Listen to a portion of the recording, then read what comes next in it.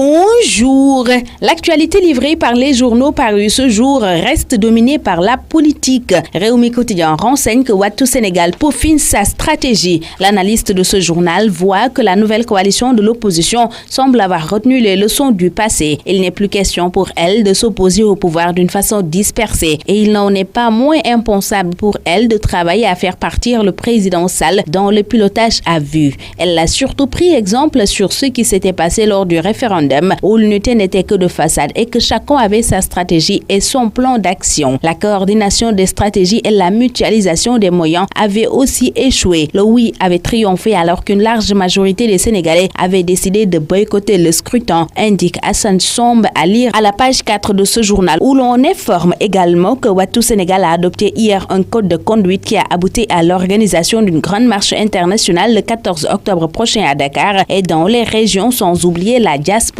Dakar vers une bataille de rue, titre par conséquent l'Observateur qui informe que l'opposition est décidée à marcher le 14 octobre et que la majorité met en garde. L'opposition engage le combat de rue contre Macky, titre pour sa part Walf Quotidien. Ce journal informe que cette opposition sera dans la rue le 14 octobre prochain au Sénégal et dans la diaspora pour faire face aux dérives du pouvoir. Retour dans Réumi Quotidien qui renseigne que Souleymane Jules Diop s'invite dans le débat sur l'affaire du faux enregistrement contre son confrère Yakham Mbaye. À travers une réaction publiée sur sa page Facebook est parvenue à Réumi Quotidien. Le secrétaire d'État chargé du suivi du PUDC trouve répugnant, ignoble que l'on se serve de moyens aussi lâches que l'enregistrement de personnes pour des règlements de compte politiques. Réumi reproduit in extenso la réaction de Jules Diop à sa page 5. Le quotidien de Madiambal Diagne qualifie cette bataille de positionnement à Dakar des apéristes d'après-guerre. Sud Quotidien informe pendant ce temps que Djibo Ka, le leader de l'Union du Renouveau démocratique, a exprimé hier son souhait de voir le président de la République Macky Sall et le maire de Dakar Khalifa Sall cheminer ensemble. Il a fait cette déclaration au siège de son parti en marge de la réunion de son bureau politique. L'ancien ministre de l'Information et des Télécommunications dans le gouvernement de Habib Thiam a soutenu qu'il fera tout son possible pour les réunir et cela au nom de l'intérêt de Dakar et du Sénégal sans pour autant mélanger les affaires politiques.